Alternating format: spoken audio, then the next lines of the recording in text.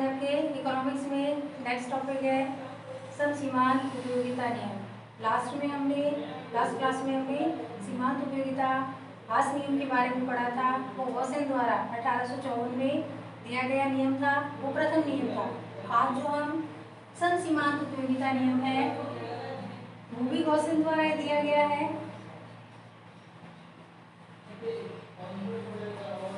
इसे गॉसेन का द्वितीय नियम या दूसरा नियम कहते हैं। इस नियम को गॉसेन का दूसरा नियम और भी अन्य नाम है। देखिए जैसे गॉसेन का दूसरा नियम,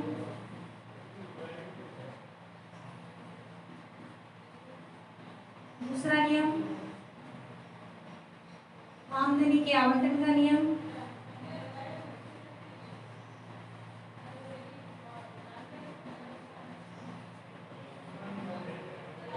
आमदनी के आवंटन का नियम, प्रतिस्थापन नियम,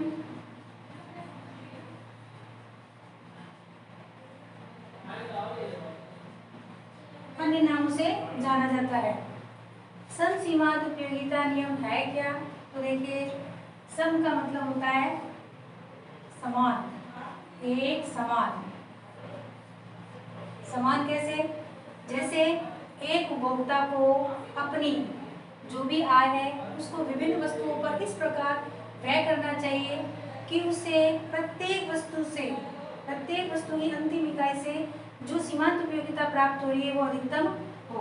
प्रत्येक उपभोक्ता जिसकी आय या आमदनी निश्चित होती है उसको अपनी विभिन्न वस्तुओं पर व्यय इस प्रकार करना चाहिए कि अंतिम इकाई से प्राप्त उपयोगिता है वो सीमांत उपयोगिता है वो अधिकतम हो। जैसे एक व्यक्ति है वो एक्स वस्तु खरीदना चाहता है, वो वाई वस्तु भी खरीदना चाहता है, वो जेड वस्तु भी खरीदना चाहता है, तो वो अपनी आमदनी को चाहे 5,000 रुपये उसकी आमदनी वो तीनों वस्तुओं पर इस प्रकार खर्च करेगा कि प्रत्येक वस्तु की अंतिम इकाई से जो उसकी उपयोगिता प्राप्त हो रही है वो अधिकतम। तो यह समान, सभी विकल्पों पर समान उपयोगिता प्राप्त होने वाला नियम है। इस नियम के लिए देखिए जैसे हम एक उदाहरण ले सकते हैं। जैसे कोई व्यक्ति है वो एक्स वस्तु पर सीमांत उपयोगिता उसकी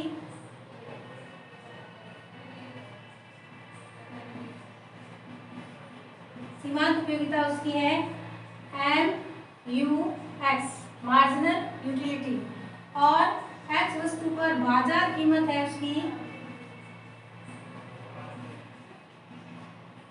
PX। अब वह जब एक्स वस्तु की सीमांत उपयोगिता अधिकतम होगी और प्राइस कम होगी तो उस वस्तु की मात्रा अधिक खरीदेगा। लेकिन अगर सीमांत उपयोगिता कम है और एक्स वस्तु की प्राइस कीमत ज्यादा है तो उस वस्तु की मात्रा वो कम खरीदेगा। संतुलन की स्थिति कब होगी? उपभोक्ता संतुलन की, सीमांत उपयोगिता के साथ उपभोक्ता संतुलन की स्थिति कब होगी? उपभोक्ता संतुलन की स्थिति होगी MUX = PX। जब सीमांत उपयोगिता और प्राइस एक्स वस्तु की बराबर हो तब उपभोक्ता संतुलन की शर्त है वो मान्य होती है।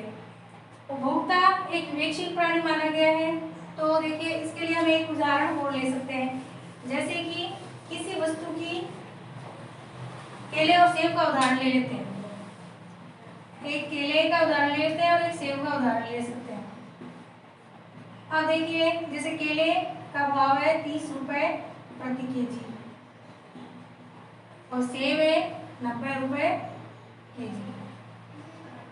एक व्यक्ति है उसके पास में 450 रुपए है तो 450 रुपए को इस प्रकार खर्च करना चाहेगा कि उसे केले की जितनी मात्रा खरीद रहा है, सेब की जितनी मात्रा खरीद रहा है उसकी अंतिम इकाई से प्राप्त सीमांत उपयोगिता है वो अधिकतम हो। इसके लिए वो क्या करेगा कि जैसे 3 केजी वो केले खरीदेगा जिसकी सीमांत उपयोगिता होगी प्रति इकाई 300। तो केले की प्राइस कितनी है? 300 बटा 30 रुपए किलो है केले और उसकी सीमांत उपयोगिता उसे प्राप्त हो रही है 300 इकाई तक। तो 10 इकाई है वो प्रति रुपए सीमांत उपयोगिता उसको प्राप्त होती है। प्रति रुपए सीमांत उपयोगिता प्राप्त हो रही है। वैसे ही अगर कोई व्यक्ति है वो 4 किलो सेब खरीदता है और उसकी सीमांत उपयोगिता 900 इकाई है, तो आप देखिए 900 बटा 90 रुपए किलो है सेब, और इकाइयों को अगर विभाजित करेंगे तो 10 है वो आपके प्रति रुपए सीमांत उपयोगिता होगी। इस स्थिति में, इस संतुलन की स्थिति में दोनों वस्तुएं खरीद रहा है और प्रति रुपए इसकी सीमांत उपयोगिता है वो दोनों वस्तुओं पर बराबर आ रही है, तो वो उपभोक्ता संतुलन की स्थिति है वो होती है। जैसे इसका 3 केजी आप केले का ले लिए तो 90 रुपए तो हो गए केले के, और अगर 4 किलो कोई व्यक्ति सेब ले रहा है तो 9 चौके 36, 360 रुपए हो गए सेब के। अगर इनको टोटल करेंगे 90 और 360 को, तो 90 प्लस 360 450 रुपए उस व्यक्ति ने दोनों वस्तुओं पर खर्च कर दिए और उसके संतुलन की स्थिति हो गई, क्योंकि उसे 10 इकाई प्रति रुपए सीमांत उपयोगिता उसे केले से भी प्राप्त हो रही है और 10 इकाई प्रति रुपए सीमांत उपयोगिता उसे सेब से भी प्राप्त हो रही है। तो ये उपभोक्ता संतुलन की स्थिति होती है। सम सीमांत उपयोगिता नियम यही व्याख्या करता है कि एक उपभोक्ता द्वारा विभिन्न वस्तुओं पर अगर व्यय किया जाता है तो प्रत्येक वस्तु की अंतिम इकाई से प्राप्त सीमांत उपयोगिता है वो बराबर होनी चाहिए। जैसे कोई व्यक्ति x, y और z वस्तुएं खरीद रहा है तो उसकी सीमांत उपयोगिता कैसे होगी? उसकी सीमांत उपयोगिता होगी कब संतुलन की स्थिति में होगा वो? तो संतुलन की स्थिति में जब होगा वो MUX मार्जिनल यूटिलिटी PX बराबर MUY मार्जिनल यूटिलिटी PY बराबर MUZ और PZ। तो इस स्थिति में उपभोक्ता है वो संतुलन की स्थिति में होगा। इस नियम की अगर हम मान्यताएं पढ़े तो देखिए इस नियम में उपभोक्ता को विभिन्न वैकल्पिक वस्तुओं का जानकार बताया गया है। सीमाएं पढ़े इसकी, तो सीमाएं क्या है इसकी, पहले सीमाएं पढ़ते हैं। सीमाएं क्या है इसकी? जैसे एक उपभोक्ता को विभिन्न वस्तुओं के वैकल्पिक उपयोग का जानकार बताया है, लेकिन ये जरूरी नहीं है कि प्रत्येक व्यक्ति है उस सब वस्तुओं का वैकल्पिक उपयोग है वो जानता है। अनभिज्ञ भी हो सकता है। विभिन्न वस्तुओं के वैकल्पिक उपयोग से उपभोक्ता है वो अनभिज्ञ भी हो सकता है। विभिन्न वस्तुओं का वैकल्पिक उपयोग है उसके बारे में जरूरी नहीं है कि कोई उपभोक्ता है वो पूरी तरीके से जानता है। दूसरी क्या है? सीमांत उपयोगिता में देखिए कोई वस्तुएं होती है जो विभाज्य होती है, कुछ वस्तुएं ऐसी होती है जो विभाज्य नहीं होती है। जैसे हम 1.5 कार खरीदना चाहें, या तो 2 कार खरीदी जाएगी या 1 कार खरीदी जाएगी, तो 1.5 कार नहीं खरीद सकते। तो कुछ वस्तुएं ऐसी होती है जो विभाज्य नहीं होती है,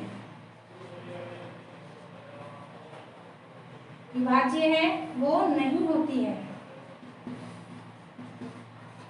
तीसरा, यह नियम सीमांत उपयोगिता की स्थिर अवस्था में लागू करने पर बताया गया है, जबकि यह अवास्तविक है। जरूरी नहीं है कि हर इकाई पर सीमांत उपयोगिता है वो स्थिर हो। तो स्थिर सीमांत उपयोगिता की भी अवहेलना की जाती है। स्थिर सीमांत उपयोगिता, फिर उपभोक्ता विवेकशील हो, यह नियम उस पर आधारित है, उस मान्यता पर। लेकिन यह जरूरी नहीं है कि उपभोक्ता हर बात में विवेकशील हो, यह वास्तविक नहीं है। वास्तविकता अगर माने तो उपभोक्ता विवेकशील है, ये जरूरी नहीं है। उसके बाद में बाजार, बजट की अनिश्चितता होगी। अगर बजट की अनिश्चितता होगी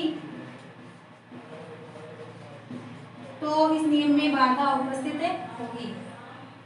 तो ये कुछ सीमाएं निर्धारित की गई है जिसके कारण सब सीमांत उपयोगिता नियम है उसकी कुछ कमियां बताई गई है। अगर हम इसका महत्व बताएं जैसे हर किसी में कुछ ना कुछ गुण और किसी में कुछ ना कुछ खामियां होती है। तो अगर इसके महत्व के बारे में चर्चा करें तो देखिए इसका महत्व क्या है। एक तो ये उत्पादन के सब क्षेत्रों पर लागू होता है, जैसे चाहे उत्पादन का क्षेत्र है, चाहे विनियोग का है,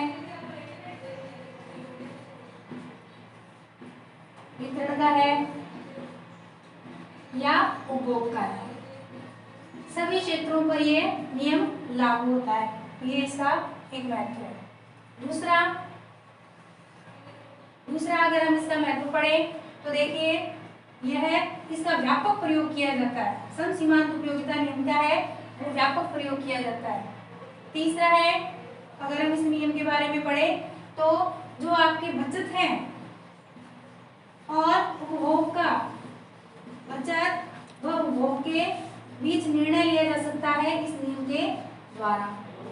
इस नियम के द्वारा बचत और उपभोग के मध्य है वो निर्णय लिया जा सकता है। तो ये कुछ है, ये महत्व है इनके।